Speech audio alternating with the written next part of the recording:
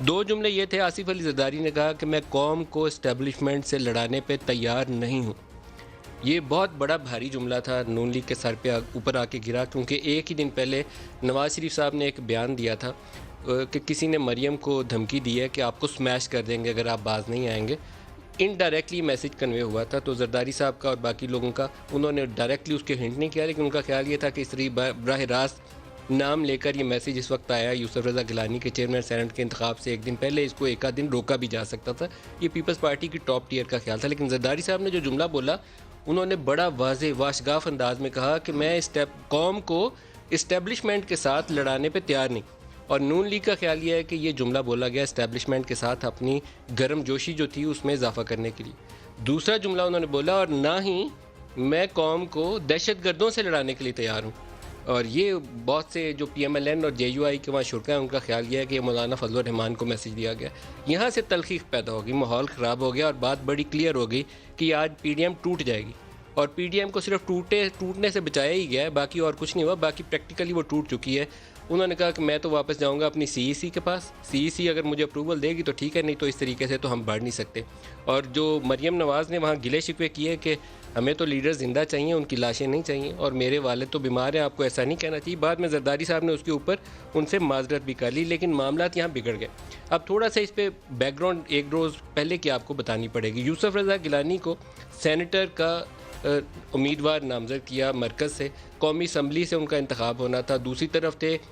حفیظ شیخ صاحب۔ حفیظ شیخ صاحب زیادہ پسندیدہ شخصیت کے طور پر سامنے نہیں آتے، اپنی جماعت کے سرکلز کے اندر بھی وہ زیادہ پسندیدہ نہیں ہے، بلکہ ان کو ڈیفینڈ کرنا یا عثمان بزدار کو ڈیفینڈ کرنا تقریباً ایک ہی برابر ہے۔ یوسف رضا گیلانی کے نام کے اوپر اب یہاں چرچا یہ ہے اسلام آباد کے سرکلز کے اندر کہ ان کا نام کو منظوری حاصل تھی اسٹیبلشمنٹ کی، جب پرپوز کیا گیا کہ وہ سینیٹر الیکشن لڑیں پیپلز پارٹی کے ٹکٹ کے اوپر، اور یہ میسج کنوے کر دیا گیا پیپلز پارٹی کو بھی، اور پی ایم ایل این کو بھی کنوے کیا پیپلز پارٹی نے، اور ساتھ یہ امپریشن بھی دے دیا کہ یہ اسٹیبلشمنٹ کی بھی مرضی اس میں شامل ہے۔ یوسف رضا گیلانی سینیٹر منتخب ہو گئے۔ 23 لوگ تھے جو پی ٹی آئی اور اس کے الائز سے، جنہوں نے پی ایم ایل این سے اور پیپلز پارٹی سے پیار محبت کی باتیں کر لیں کہ ہم یوسف رضا گیلانی کو ووٹ کریں گے۔ اس میں سے ساؤتھ پنجاب سے ان سے 3-4 بندے جو تھے، آخری دن جب ان کو فون کالز آئیں، پہلے کسی نے فون کال کر کے ان کو نہیں روکا، میں بالکل آپ کو کلیئرلی بتا رہا ہوں کہ بالکل سیدھا میچ جا رہا تھا۔ آخری دن جب حکومت کو لگا کہ ہم ہارنے لگے ہیں، تو کچھ لوگ، مجھے ان کے نام پتہ ہے، بتاؤں گا نہیں، 3-4 لوگ ساؤتھ پنجاب سے، انہوں نے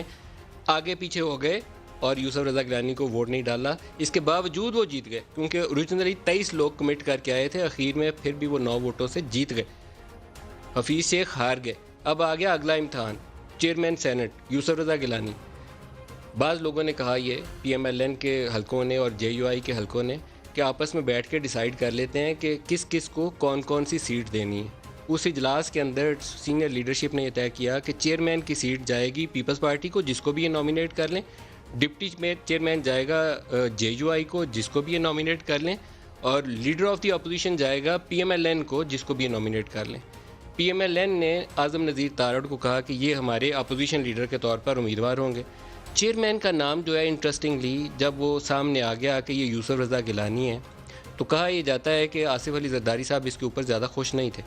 اب یہ مزے کی بات ہے، ان کے فارمر پرائم منسٹر، اور کہا جائے کہ وہ زیادہ خوش نہیں تھے، لیکن یہ بات کہا جاتا ہے کہ امپریشن موجود تھا کہ یوسف رضا گیلانی کے نام کے اوپر زرداری صاحب خوش نہیں تھے، کیونکہ ان کا خیال یہ تھا کہ ان کو اسٹیبلشمنٹ کی سپورٹ حاصل ہے، اور یوسف رضا گیلانی بار بار کہہ بھی رہے تھے کہ اسٹیبلشمنٹ نیوٹرل ہے، نیوٹرل ہے، کوئی 3-4 دفعہ انہوں نے اس بیان کو دہرایا بھی۔